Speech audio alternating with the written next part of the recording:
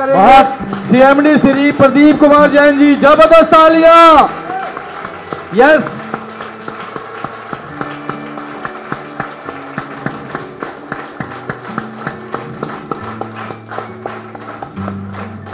प्रणाम सर। बता रहे सर, माइक माइक।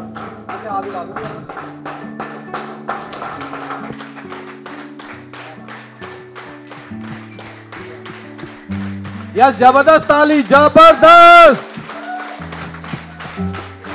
स्वागत, जबरदस्त तालियों से।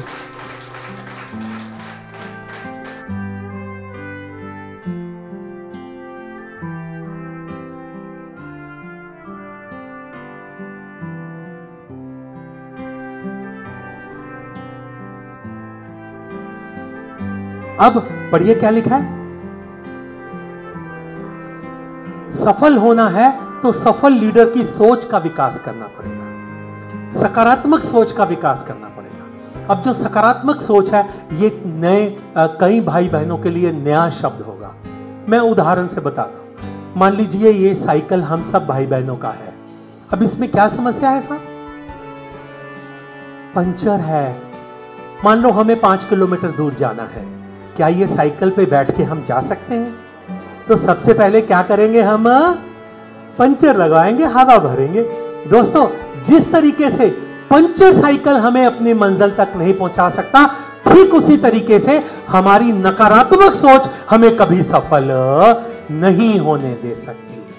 तो सफल होना है तो सबसे पहले सकारात्मक दृष्टिकोण का विकास करना पड़ेगा। अब सकारात्मक दृष्टिकोण का मैं आपको एक उदाहरण देता हूं। ये क्या है साहब?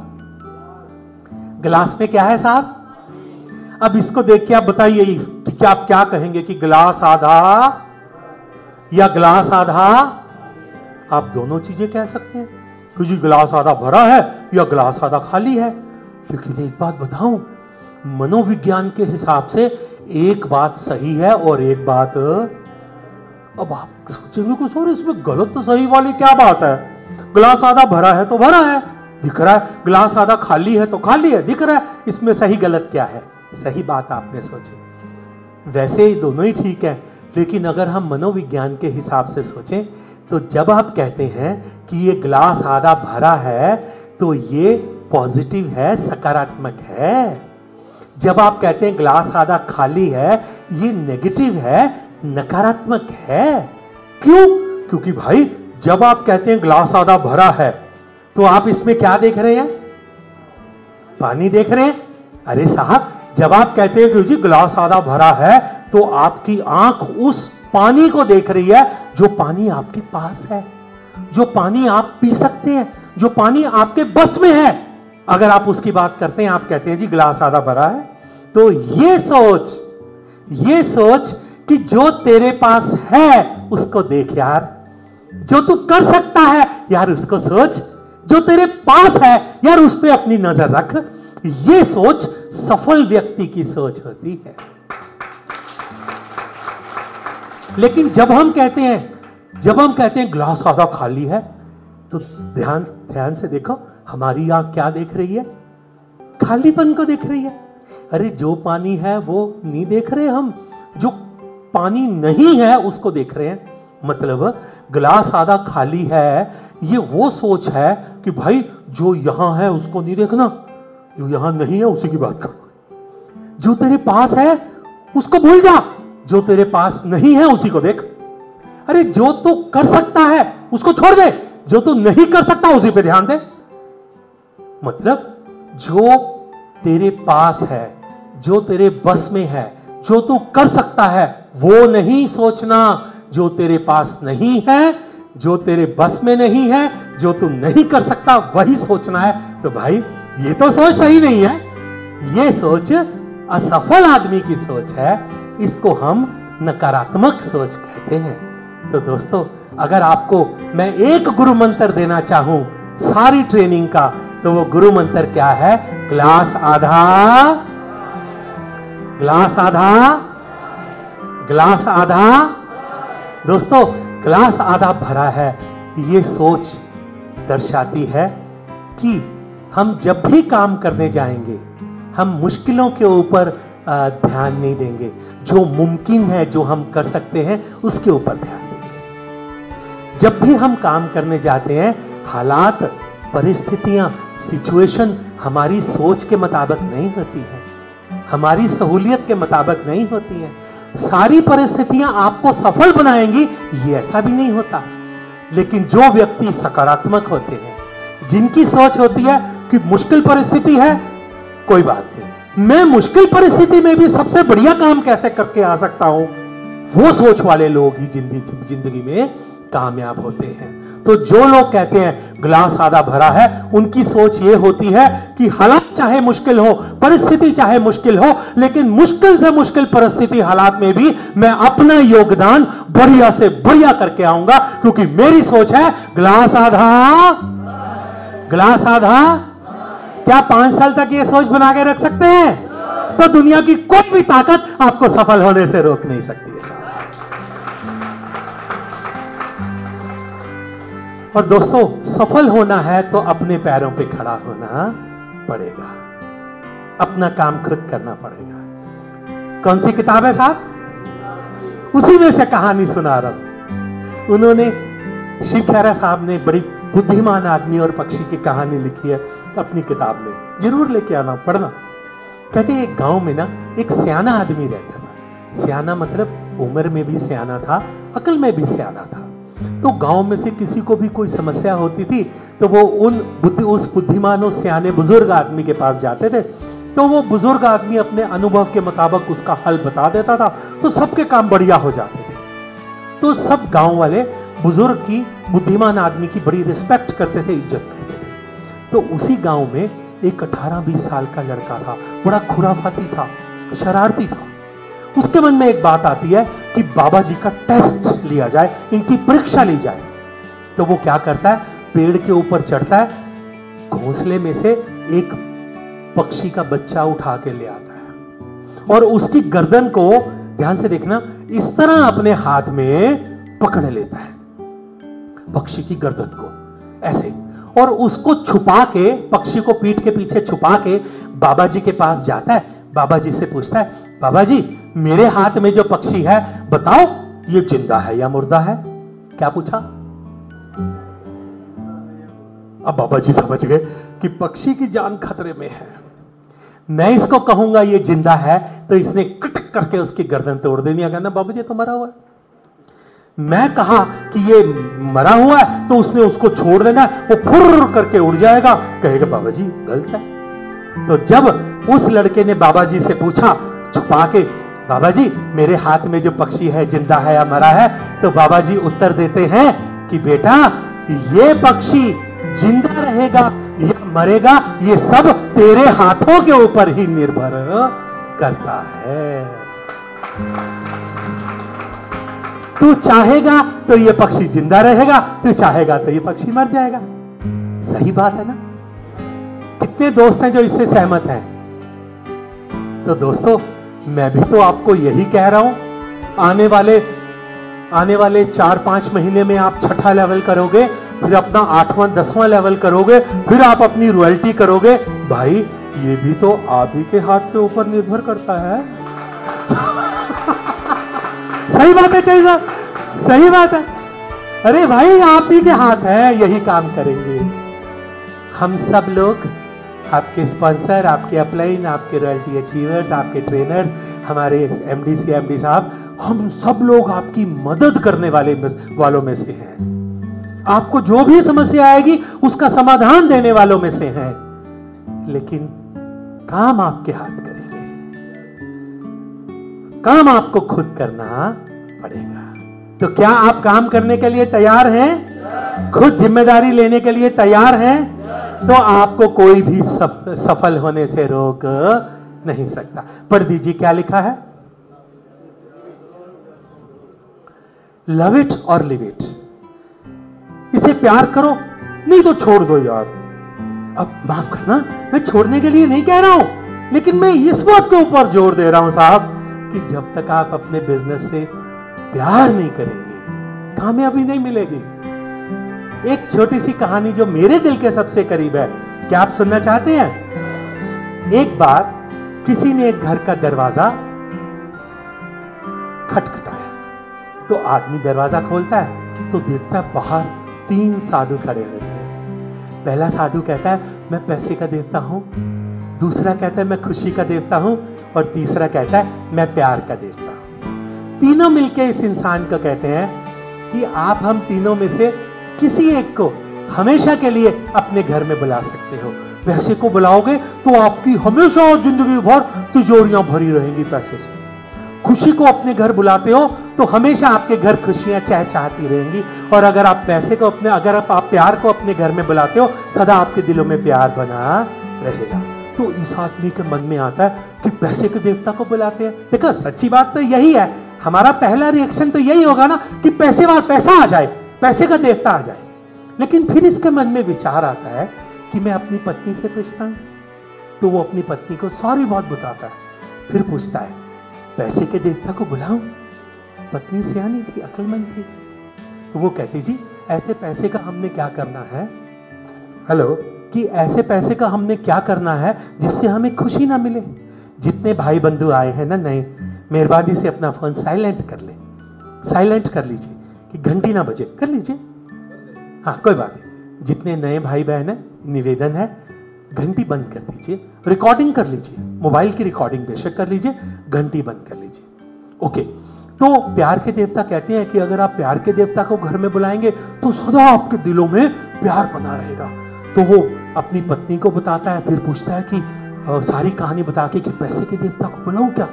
तो पत्नी विचार करके कहती है कि जी ऐसे पैसे का हमने क्या करना है जिससे खुशी ना मिले।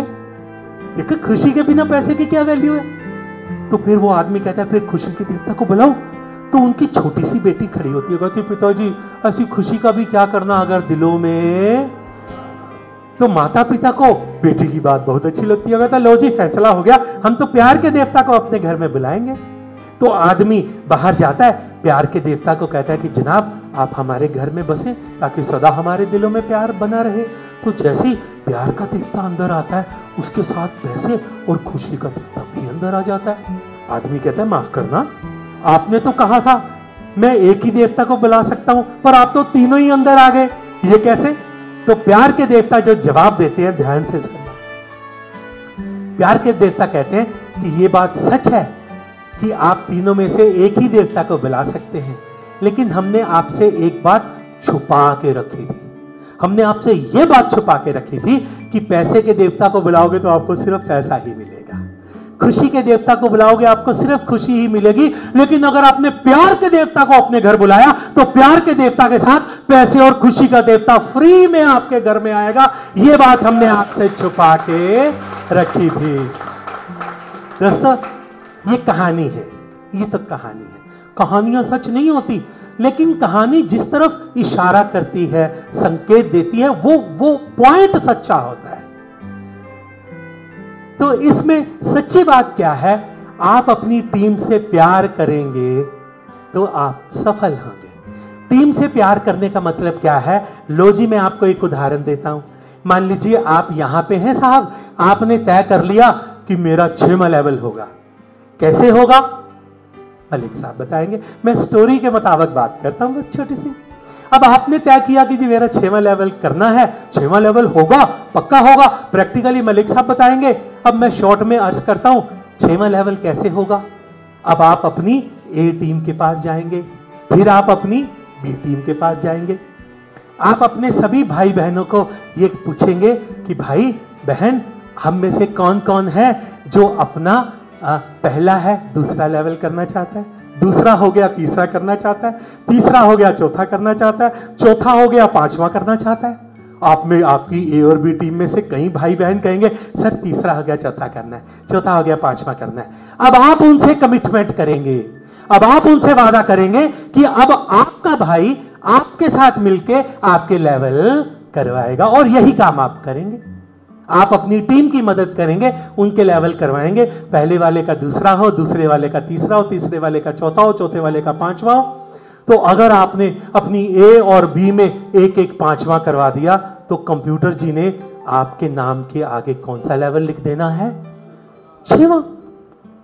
अब आपने अपने 6वें के लिए काम तो नहीं किया ना, आपने काम किया ताकि आपकी ए टीम में, आपकी बी टीम में जिनका पहला है उसका दूसरा हो जाए, दूसरे वाले का तीसरा हो जाए, तीसरे वाले का चौथा हो जाए। इसी को कहते हैं कि आप अपनी टीम से प्यार कीजिए, अपने से पहले अपनी टीम का लेवल करवाना सीखिए। और दोस्तों, इसके साथ एक और बात,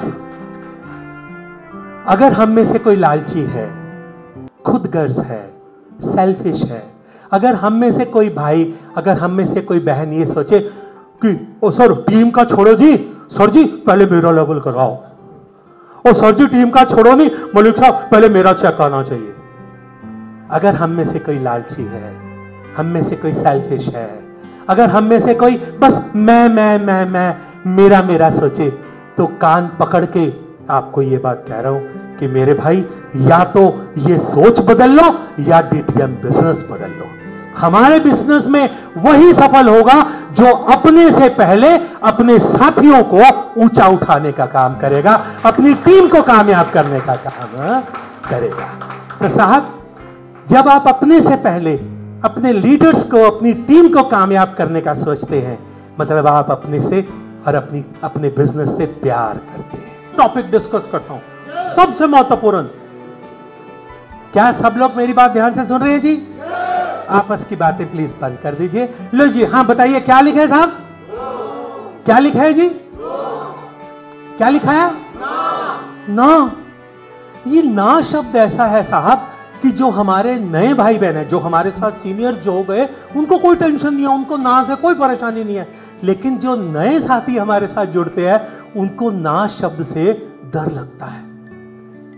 प्लान दिखा रहे हैं किसी को, दिमाग में चल रहा है यार ये ना कर दे। किसी भाई को प्लान दिखा रहे हैं, दिमाग में क्या चल रहा है, यार ये ना कर दे। किसी बहन को प्लान दिखा रहे हैं, दिमाग में क्या चलता है, यार ये ना कर दे। ये जो ना शब्द है, ये नए भाई बहनों को भूत की तरह डराता है। सही बात है कि नहीं?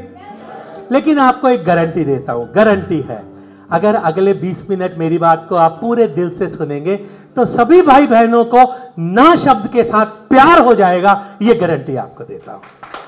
ठीक है साहब? 3 बातें समझनी है साहब ना समझने के लिए। नंबर 1 क्या लिखा है साहब? ऊंचा ऊंचा ऊंचा, औसत को जाने। और नंबर 2 क्या लिखा है साहब? ना। और तीसरा क्या लिखा है साहब? जिस दिन हमें ये तीनों बातें समझ में आ गई, आप ना शब्द के साथ प्यार करने लग जाएंगे। एक एक करके चलते हैं। सबसे पहले औसत की बात करते हैं। अब मैं आपसे एक प्रश्न पूछना चाहता हूं, इजाजत है? एक बात बताएं, दुनिया का महानतम बल्लेबाज कौन है? सचिन है, विराट कोहली है, कई नाम हैं। चलो आपने सचिन कहा, हम सचिन मान लेते हैं, बात तो पॉइंट समझने की है।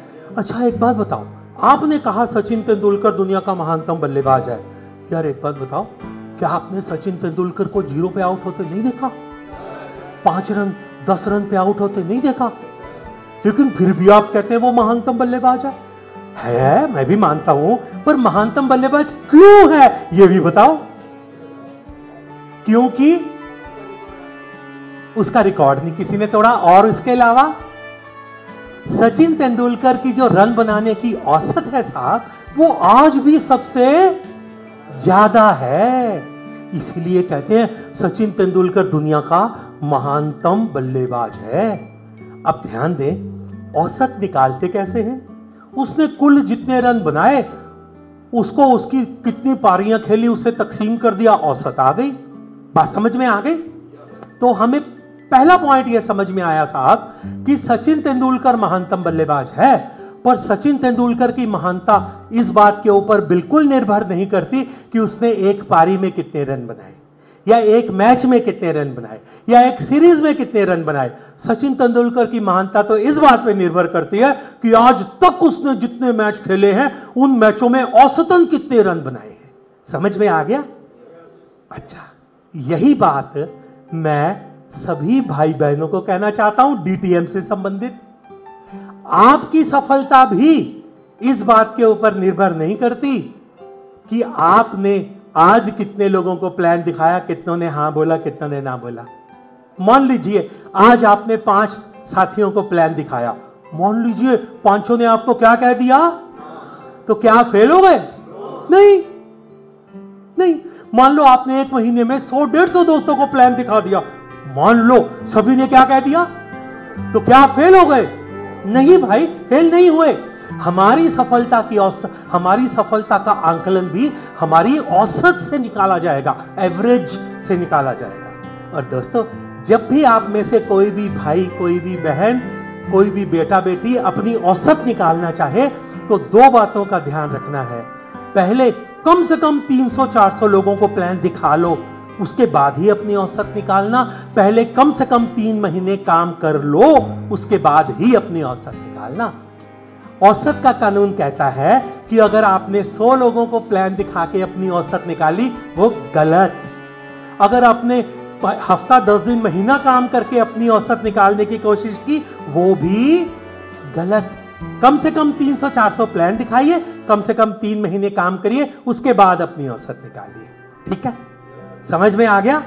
आगे चले। जंगल का राजा कौन है बताओ?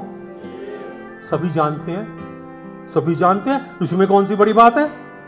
और भाई, ये सच कितने दोस्त जानते हैं कि शेर जब 10 बार अपने शिकार पे हमला करता है, सिर्फ 2 बार ही सफल होता है। सिर्फ 2 बार, 8 बार क्या होता है? फेल होता है। दोस्तों, सिर्फ 20% सफलता की औसत के साथ शेर जंगल का राजा है। आपको संदेश ये देना चाहता हूं साहब कि 100% सफलता नाम की कोई चीज नहीं होती। कोई चीज नहीं होती कि बंदा कहे मैंने 100 बार काम किया, 100 बार मैं सफल हुआ। होता ही नहीं है साहब।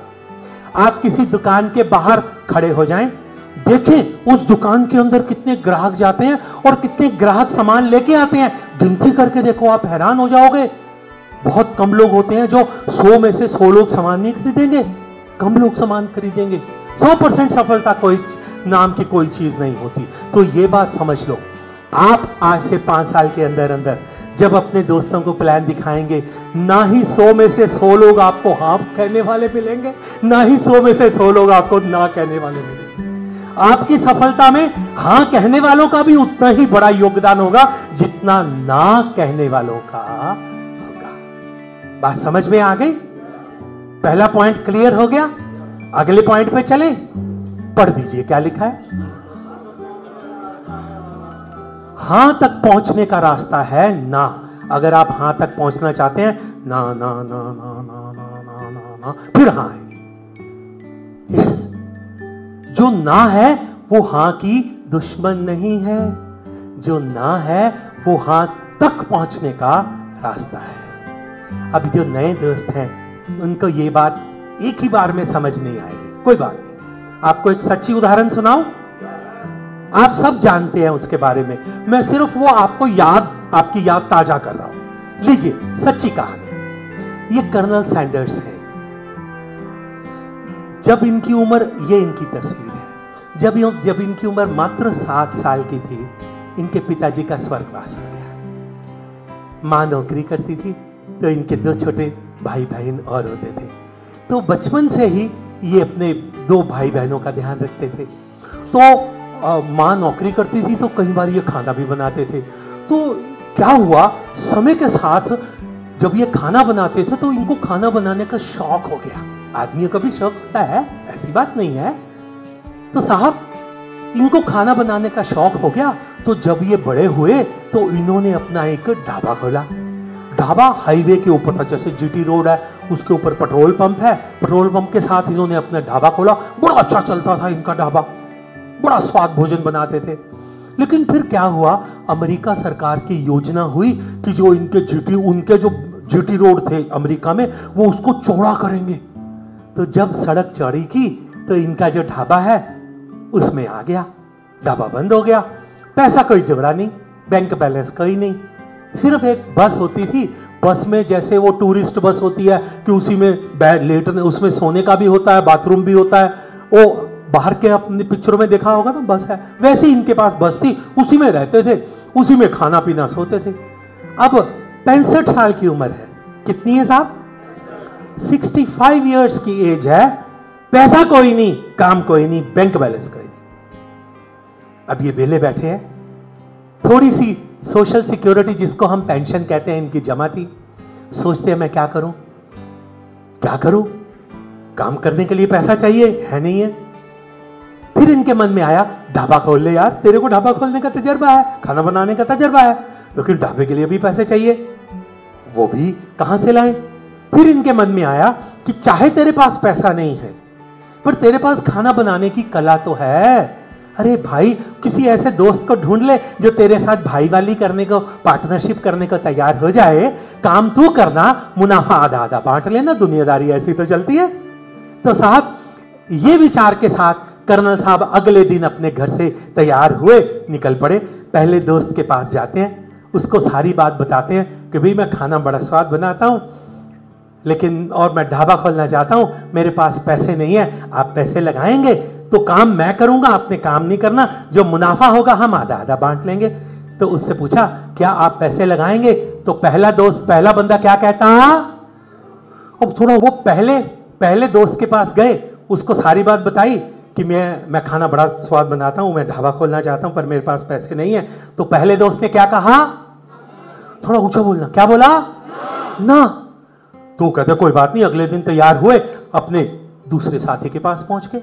दूसरा साथी भी क्या कहता, तीसरे साथी के पास पहुंच गए, तीसरा भी क्या कहता, 1 2 3 4 5 से 8 10 20 30 40 50 100 सभी लोग उनको क्या कहते हैं, लेकिन ना सुन के वो परेशान नहीं हुए। अगले दिन तैयार हुए, 101वें साथी के पास पहुंच गए। तो 101वां साथी भी क्या कहता, 102 103 105 107 108 100 125 150 700 800 900 1000 1007 बंदे तक कर्नल सैंडर्स को क्या कहते हैं, ना।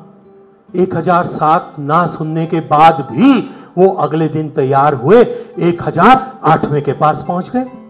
अब जो 1008वां साथी था वो सकारात्मक सोच वाला था। वो कर्नल साहब की सारी बात सुन के उनको कहता कि कर्नल साहब आप अपने मुंह मियां मिट्ठू बन रहे हैं, आप अपनी तारीफ खुद कर रहे हैं, मैं कैसे मान लूं आप खाना बड़ा स्वाद बनाते हैं, कुछ पका के खिलाओ। तो 1008वां बंदा अपनी उंगलियां चाटता रह जाता है।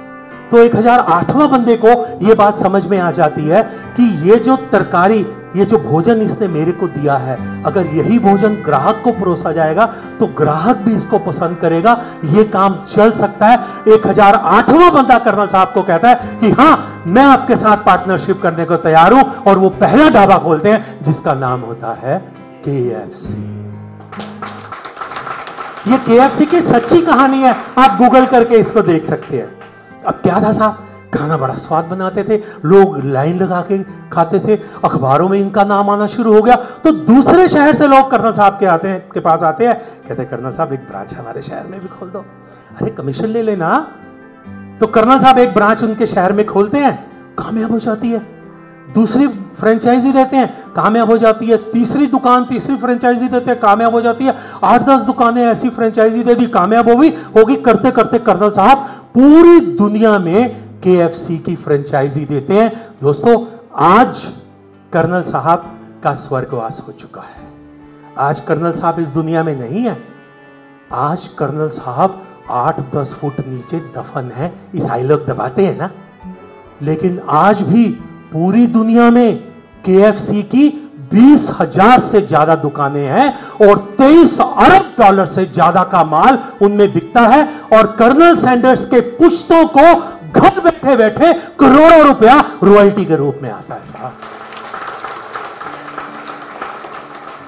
अब मैंने आपको यह सारी कहानी सुनाई, इसलिए नहीं सुनाई कि उनका चिकन बड़ा स्वाद है। भाई मैं भी नहीं खाता, मैं आपको भी नहीं कहता कि खा क्या, वो नहीं है, वो पॉइंट नहीं है। मैंने ये कहानी आपको इसलिए भी नहीं सुनाई कि KFC की बड़ी ब्रांचें हैं या उनके पास बड़ा पैसा है ना। मैंने आपको ये सच्ची कहानी इसलिए सुनाई क्योंकि मैं आपसे एक प्रश्न पूछना चाहता हूं, इजाजत है? मान लीजिए मैं कर्नल सैंडर्स हूं, मेरे को 1007 लोगों ने क्या बोला, 1008वें बंदे ने क्या बोला, तो मैं कामयाब हो गया। लेकिन यार एक बात बताओ, अगर मैं 50-100 लोगों की ना सुन के निराश हो जाता, क्या मैं 1008वें हां कहने वाले को मिल सकता था? अगर मैं 100-200 ना सुन के गुस्से हो जाता, तू मेरे को ना कहता रहता है, तो क्या मैं 1008वें हाँ कहने वाले को मिल सकता था?